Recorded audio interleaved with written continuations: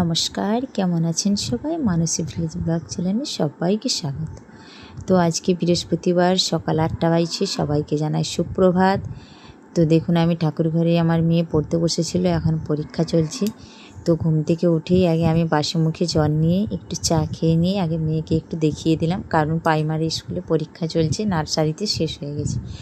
তো ওখানে দেখুন বসে বসে আমি ভাবলাম একটু ভিডিওটা করে নিই। অনেক দিন ভিডিও দিতে পারছিলাম না একটু সমস্যার কারণে, আর আমার শরীরটাও খুব একটা ভালো নেই। তো দেখুন, এখনও চান হয়নি, 8টা বাজছে, আর বাড়ির অর্ধেক বাসি কাজও বাকি রয়েছে। তো পোছা ঝাড়ু দেওয়াটা আমার শাশুড়ি মা করে নিয়েছে। তো আমি থালা বাসনগুলো ধুয়ে নেব আর চানটা সেরে নিয়ে চলে গেলাম ঠাকুর ঘরে। তো ঠাকুর ঘরেও দেখুন আমি সব কিছু জোগাড় করে নিয়েছি। তো শর্টে একটু আপনাদেরকে দেখিয়ে দিলাম, এখানে পোলতা পাকিয়ে নিয়েছি। তো এবারে দিয়ে দেবো একটু আলপনা। তো আজকে আর সেরকম করে দেবো না, ওই শুধু সামান্যটুকু মায়ের পাঁচ এঁকে নেবো, ওইভাবেই দিয়ে দেবো। আর এখন তো জানেন বৃষ্টি পড়ছে, তো ওই বৃষ্টিতে কিন্তু পায়ে পায়ে করে আলপনাগুলো মুছে যাবে। তো সেই কারণে দিলাম না। আর অনেকেই জানেন আমার ছোট বাচ্চা, তো বৃষ্টির জলে ভিজছে, এসে পা দিয়ে দিচ্ছে জানেন। তো এখানে দিয়ে দিলাম, দিয়ে তুলসী তলায় জল দিয়ে দেব। তুলসী তলায় জল দিয়ে দেওয়ার পরে দেখুন আবার চলে আসলাম এখানে। তো নাইটিটা একটু ভিজে গিয়েছিলো, তো নাইটিটাকে আমি, বৃষ্টি পড়ছিল যেহেতু, তো নাইটিটাকে আমি মিলে দিলাম পাখার তলে, আর দিয়ে আবার শাড়ি চেঞ্জ করে শাড়ি পরলাম, দিয়ে এখানে চলে আসলাম। তো আজকে বৃহস্পতিবার, আজকে বানাবো চিচিঙ্গা দিয়ে। সব দিনই তো পোস্ত আরে খাওয়া হয় ভাজা, তো আজকে ভাবলাম একটু কালো সরষে সাদা সরষায় মিশিয়ে চিচিঙ্গাগুলোকে একটু বড়ি দিয়ে আজকে তরকারি করব। ওটা আমার খেতে খুব বেশ ভালো লাগে। ওটা আমার না, ওটা আমার হাজব্যান্ডেরও খুব পছন্দের খাবার একটি। তো চলুন, যেরকম পটল কাটে ওইভাবে কেটে নিন। তো ওইভাবে কিন্তু কেটে চিংড়ি দিয়ে রান্না করলেও খেতে কিন্তু অসম্ভব সুন্দর লাগে, চুনা মাছ দিয়ে।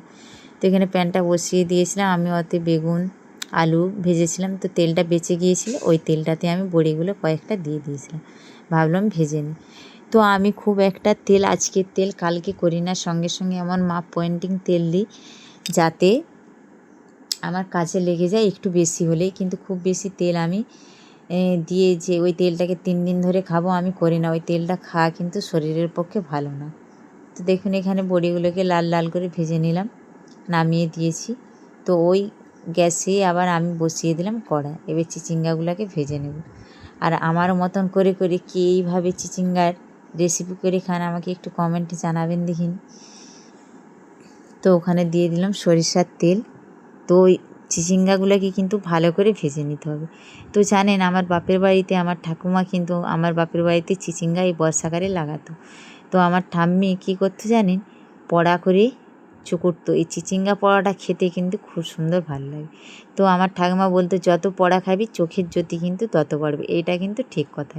তো এখনও দেখবেন অনেকে আছে অল্প বয়স থেকেই চশমা নিতে হয়। আমি পড়াটা বেশি খেয়েছি বলে মনে হয়তো চোখে আমার চশমা এখনও পর্যন্ত প্রয়োজন হয়নি।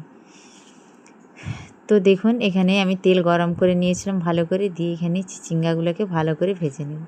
তো ভাজতে অনেকটাই সময়ও লাগবে কিন্তু, আর যত ভালো ভাজা হবে এই রেসিপিটা তত কিন্তু খেতে ভালো লাগবে।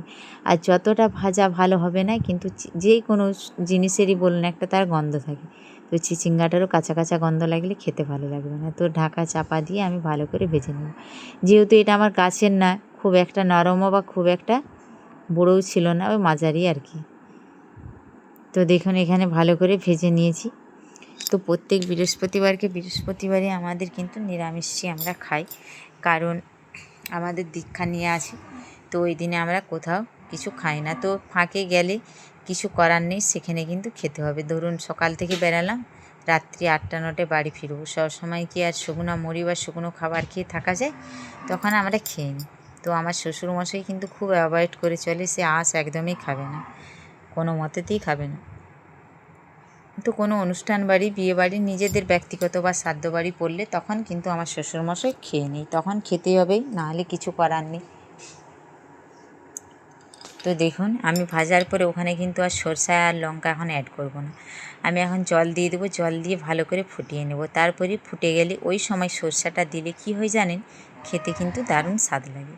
তো খুব একটা বেশি ফোটাতেও হবে না। আর এদিকে চিচিঙ্গাগুলো দেখুন ভাজাও হয়েছে আর সেদ্ধও ভালো করে করে নিয়েছি। তো এবারে সেই সরষা কাঁচা লঙ্কা বাটাটা দিয়ে দিলাম। তো কাঁচা লঙ্কার তরকারি আমার খেতে খুব ভালো লাগে, আর ওইটা উপকারও, গ্যাস অম্বলও কম হয়। শুকনো লঙ্কায় কিন্তু একটু গ্যাস অম্বল যাদের ধাত, খুব কিন্তু গ্যাস অম্বল হয়। তো আমার কিন্তু গ্যাস অম্বলেরই ধাত। তো আমার শ্বশুরমশাইয়ের শুকনো লঙ্কা খুব একটা খাওয়া চলবে না, গুঁড়ো মশলা। তো বেশিরভাগটাই বাটি বা বেশি হলে আমরা মিক্সিতেও বেটে নিই।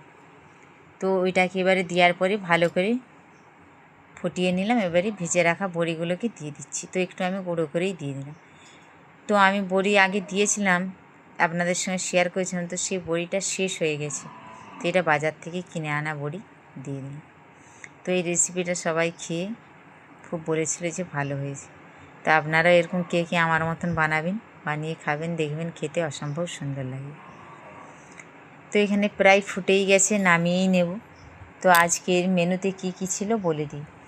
চিচিঙ্গা দিয়ে সর্ষে বড়ির তরকারি, পটল ভাজা ছিল, করলা ভাজা ছিল, বেগুন ভাজা ছিল, আর সজনে শাকের ভাজা ছিল।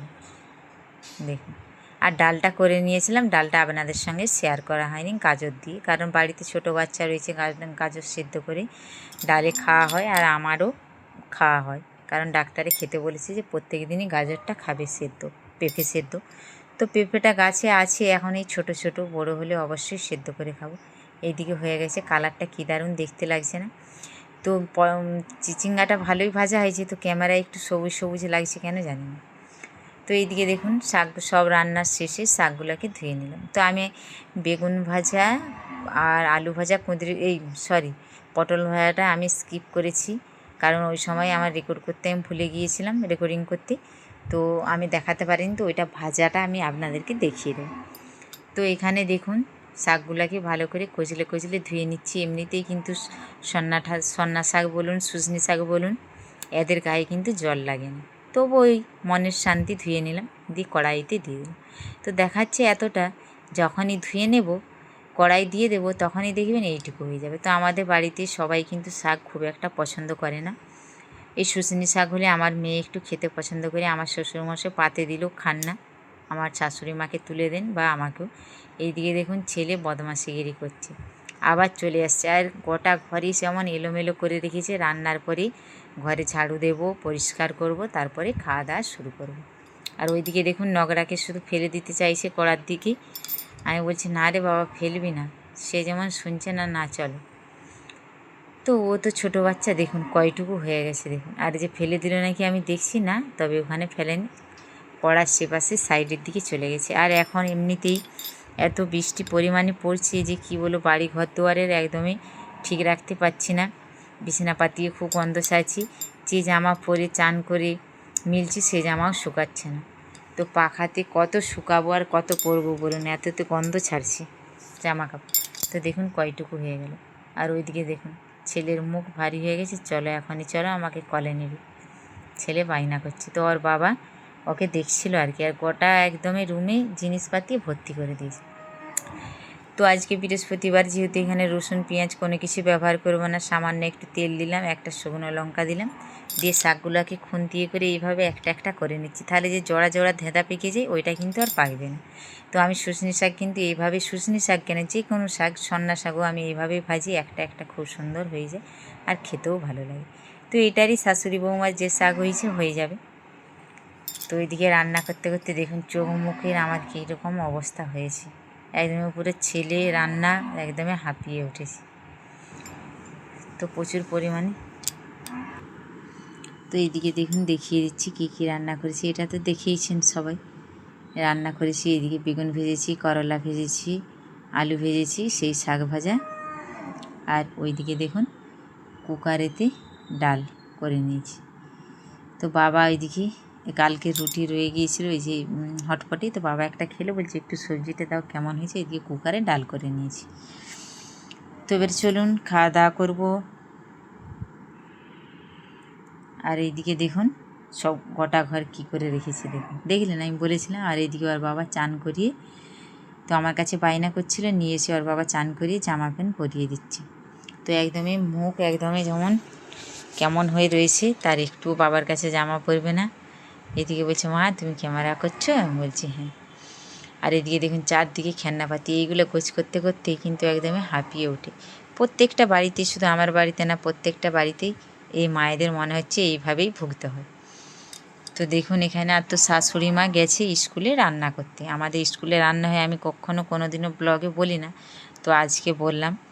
সেখানে মা রান্না করতে গেছে। আর এইদিকে দেখুন ছেলে একদমই বদমাশি করছে। তো এদিকে চলুন, যাই হোক, ভিডিওটা এখানেই শেষ করছি। আপনারা ভালো থাকবেন, সুস্থ থাকবেন, সাবধানে থাকবেন। ভালো লাগলে একটা লাইক করে দেবেন। আবারও বলছি, আপনারা ভালো থাকবেন, সুস্থ থাকবেন, সাবধানে থাকবেন। খুব শিগগিরই দেখা হচ্ছে অন্য একটা রেসিপি নিয়ে, অন্য একটা ব্লগ নিয়ে।